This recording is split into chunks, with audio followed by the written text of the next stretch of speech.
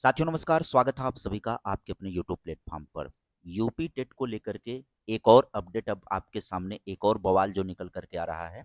जी हाँ, ये बवाल कौन-सा है? ये बवाल है यूपी टेट 2026 में 3 लाख डीएलएड छात्र जो हैं बाहर हो चुके हैं। विज्ञापन में बड़ी चूक आयोग के द्वारा की जा रही है। क्यों इसे बड़ी चूक माना जा रहा है? इस खबर में आप सभी लोग बने रहिएगा। पूरी बातें एक-एक करके आप सभी को समझाने वाला हूँ। तो ये महत्वपूर्ण सेशन उन विद्यार्थियों के लिए है जो डीएलएड अपीयरिंग में हैं, जो इंतज़ार कर रहे थे कि इस वैकेंसी प्रक्रिया इस नोटिफ़िकेशन की प्रक्रिया में वो शामिल हों। आयोग ने गलती कहाँ पर की? नियमों का हवाला देते हुए आपको समझाएँगे नियम क्या रहे हैं। तो देखिए पहले मुख्य चीज़ों को आप समझ लीजिए। 4 साल बाद होने जा रहा है यूपी टेटी का एग्ज़ाम। आवेदन की प्रक्रिया में एक बड़ी तकनीकी और कानूनी चूक हो गई। इस चूक की वजह से लगभग 3 लाख डीएलएड प्रशिक्षु जो हैं, वो अचानक इस परीक्षा से बाहर हो गए। जो इंतज़ार कर रहे थे इस नोटिफ़िकेशन का, जिन्होंने सीटेट दिया है, वो लोग यूपी टेट के नोटिफ़िकेशन से बाहर हो गए। तो एक हैरान करने वाली बात तो है ही उन विद्यार्थियों के लिए। क्या है पूरा मामला, इसमें पूरी बात को समझा जाए, एक-एक करके समझा जाए कि असल बात ये समस्या फँसी कहाँ से है। तो विज्ञापन में ये चूक हुई है। उत्तर प्रदेश शिक्षा सेवा चयन आयोग द्वारा विज्ञापन जारी किया गया। आयोग ने मनमाने ढंग से द्वितीय वर्ष के प्रशिक्षुओं को ही केवल मान्य किया है, जबकि एनसीटीई का नियम क्या है उसका उल्लंघन हुआ है। राष्ट्रीय अध्यापक शिक्षा परिषद एनसीटीई के स्पष्ट नियमों की अनदेखी हुई, जहां पर प्रथम सेमेस्टर का छात्र पूरी तरह से एलिजिबल माना जाता है।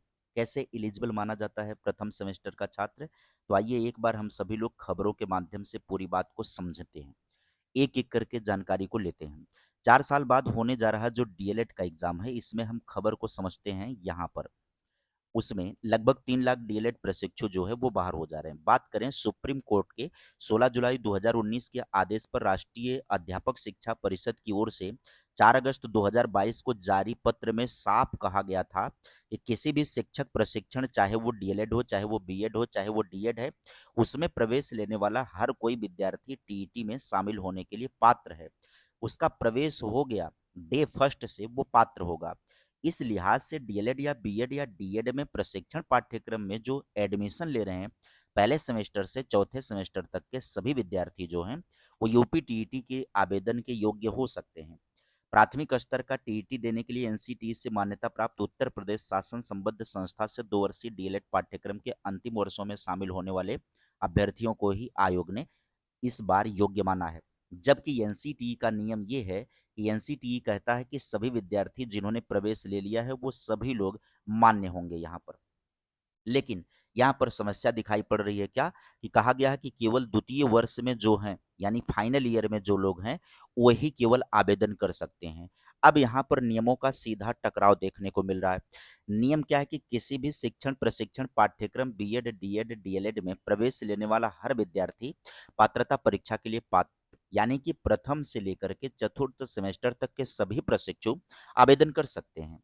लेकिन यूपी चयन आयोग का विज्ञापन जो आया है उसमें क्या कह रहा है कि केवल 2 वर्षीय डीएलएड जो कि एनसीटी या डीएड आरसीआई के अंतिम वर्ष में शामिल होने वाला या पास होने वाला अभ्यर्थी ही पात्र होगा। लिहाजा ये हो गया कि प्रथम और द्वितीय सेमेस्टर के छात्र अवैध रूप से इनको रोक दिया गया है। जबकि नियम होना चाहिए कि जो एनसीटी ने कहा है उस एनसीटी के नियम के आधार पर प्रशिक्षण में एडमिशन लेने वाला हर विद्यार्थी यूपी टेट में शामिल हो सकता है। तो इसका मतलब है पात्रता का कानूनी सफर अब क्या है? अब आप समझिए कि 11 फरवरी 2011 को एनसीटी की मूल अधिसूचना जारी हुई। 16 जुलाई 2019 को सुप्रीम कोर्ट का ऐतिहासिक आदेश आया। 4 अगस्त 2022 को आदेश में कहा गया कि एनसीटी द्वारा स्पष्टीकरण हुआ कि अधिसूचना में संशोधन कर स्पष्ट किया गया कि प्रवेश लेने वाला हर अभ्यर्थी टीईटी में शामिल होने के लिए पात्र है। लेकिन इस बार के नोटिफिकेशन से जो एडमिशन ले रहे हैं उनको बाहर कर दिया गया है। केवल फाइनल ईयर में जो लोग हैं उनको ही शामिल किया गया है। कहीं न कहीं अभ्यर्थियों की संख्या को कम करने के उद्देश्य से ऐसा किया गया। निश्चित तौर पर मान कर के चलिएगा कि इस विज्ञापन में जो अपीयरिंग विद्यार्थी हैं जिन्होंने प्रवेश लिया है प्रशिक्षण के भीतर, वो सभी विद्यार्थी इसमें योग्य हो जाएँगे। एक बार नोटिफिकेशन में चेंज निश्चित है, अन्यथा ये मामला पुनः कोर्ट चला जाएगा। वो नए विद्यार्थी जो इसमें भाग लेना चाह रहे हैं वो कोर्ट जाएँगे, निश्चित तौर पर जाएँगे, क्योंकि सुप्रीम कोर्ट का ऐतिहासिक निर्णय इस पर आ चुका था। नोटिफिकेशन से पहले ही प्रक्रिया कोर्ट जाती हुई दिखाई पड़ रही है। अति शीघ्र इस विज्ञापन में परिवर्तन होगा, अन्यथा ये नोटिफिकेशन कोर्ट में उलझ जाएगा निश्चित तौर पर। और एक और बड़ा मामला इसमें निकल कर के आया है। वो क्या है? विज्ञापन की जो भाषा वो त्रुटिपूर्ण है। कैसे? शुक्रवार को जारी यूपी टीटी 2026 के विज्ञापन में प्राथमिक और उच्च स्तर की शर्तों की बात करें तो डीएलएड एनसीटीई की मान्यता प्राप्त केवल अंतिम वर्ष में शामिल उत्तीर्ण अभ्यर्थी है, जबकि आरसीआई केवल अंतिम वर्ष में शामिल उत्तीर्ण अभ्यर्थी। यही वो त्रुटिपूर्ण भाषा है जिसने लाखों विद्यार्थियों को बाहर कर दिया है। एक और सबसे बड़ी चूक यहाँ पर दिखाई पड़ रही है। एक और चूक की मैं चर्चा करूं उससे पहले बता दूं कि चूक का सीधा असर पड़ रहा है पहले सेमेस्टर के और दूसरे सेमेस्टर के विद्यार्थी, और इनकी संख्या तकरीबन 3 लाख है जो इस आवेदन की प्रक्रिया से बाहर हो गए। यहाँ पर 3 लाख में थोड़ा सा मिस्टेक है, इसको माइंड मत करिएगा। 3 लाख अभ्यर्थी जो हैं वो बाहर हुए हैं। बीएड डीएड या दूसरे समकक्ष पाठ्यक्रमों के प्रथम द्वितीय सेमेस्टर में भीड़ को भी जोड़ लिया जाए तो ये संख्या और भी हो जाएगी। अब आगे बढ़ा जाए। यहाँ पर दूसरा विवाद भी दिखाई पड़ रहा है। दूसरा विवाद क्या दिखाई पड़ रहा है? दूसरा विवाद है प्राथमिक स्तर पर बीएड को लेकर के। क्या है दूसरा विवाद प्राथमिक स्तर के बीएड को लेकर के?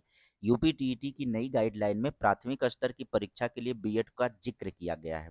या सीधे तौर पर सुप्रीम कोर्ट के हालिया फैसले के खिलाफ है, जिन लाखों भारी असमंजस है। असल में ये पूरी बात क्या समझाएं आपको कि ये जो कहा गया है यहाँ पर इस कॉलम में आकर के हम सभी लोग पढ़ते हैं, खबर को समझते हैं। यहाँ पर देखते हैं।